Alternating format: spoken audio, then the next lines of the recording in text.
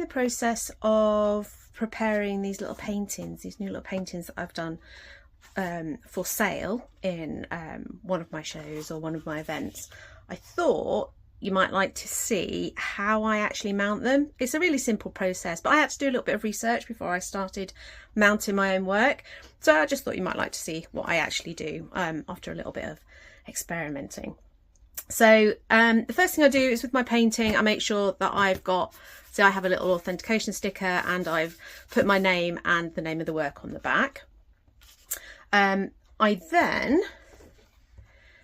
get my mount. Now my mounts, you can buy these just as they are. You can get them eBay, Amazon, and lots of little independent online and actual shops as well. These mounts come with a pre-cut aperture. I mean, obviously you can buy a mount board and cut it, but I like them pre-cut because they're so neat. But what I actually like to do is I actually like to buy a mount kit. So a mount kit comes with the mount. It also comes with a backing board, so you haven't got to find a bit of cardboard to put behind it. And it comes with a plastic sleeve to pop it in to keep it nice and clean and keep mucky fingers off it and, you know, stop it getting damaged. Now, in an ideal world, these would be biodegradable. I don't think they are. I'm pretty sure they're not. I have tried to source mount kits with biodegradable cellophane and haven't had any luck with that. So if anybody's out there that makes up mount kits, you might want to think about that. But as it is at the moment, this will have to do for me. So what I do first, I just move these little bits and pieces out of the way. What I do first is I get one of my mounts and I lay it face down on my surface, nice clean surface. I get one of the backing boards. I try to use the nicest piece on the outside, so that's going to go back down. And then I just line them up. So I make sure they're both lined up nice and neatly together. And I get a little piece of this tape. This is called hinge tape, or maybe framing tape. And I think it's acid free, so it's not going to damage your paintings at all. You can buy this from places like, I think I got this from Hobbycraft maybe. You can definitely buy it online as well. So what I do is I line it up and then I just pop a bit of tape on the join. So Blue Peter style, I've already cut my pieces. So I line it up and I pop a piece of tape just on the join there. And you can see that's made my first hinge. So it works like a little bit like a book. Second, I'm going to get my painting. I need to do a little bit of preparation first. So I need two smaller pieces. I've turned my painting over and I'm going to put a little bit of tape on the back and another little bit of tape on the back here, so that this is sticky side down. And then when I turn it over, you can see that I've now got sticky side up.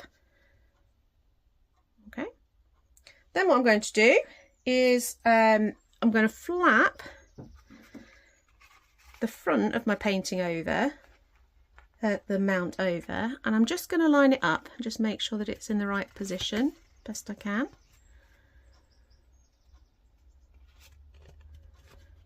I'm just trying to make sure my signature can be seen in the corner like that.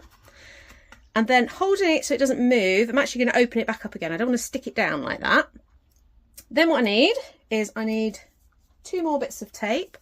This time they're slightly bigger, and I'm actually going to go over the bit that the sticky side up and secure it to the back. So I'm lining it up as best I can. That first one wasn't very even. There you go. So I'm going to stick that on there like that. So again, I've created another hinge. Now this is quite important because paper does move and shift a little bit depending on the humidity, temperature. This way it's got the freedom to move a little bit. If you don't actually hinge it and you tape it all the way around, what happens is it'll start to buckle and then you'll get these bends in the surface of your painting, and you don't want that. So now just another quick check that I've stuck that down right. Then I've got a little bit of thin, very thin masking tape, double-sided tape.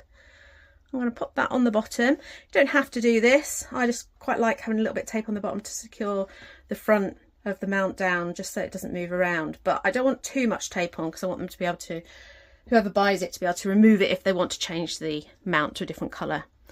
And then I flap that over, make sure it's nice and flat on my painting, and then stick it to the tape on the bottom there. Okay, so there you go. There's the painting in its mount. All that's left to do now is just to flip it over.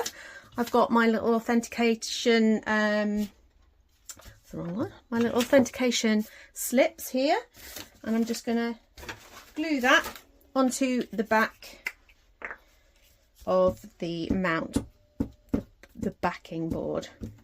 So if I was doing an authentication slip on my wooden board paintings, then I would stick it on with matte medium, but it's just on card, so that's absolutely fine. And then the very last thing I need to do is just pop it into one of the sleeves, like so. Peel off the tape,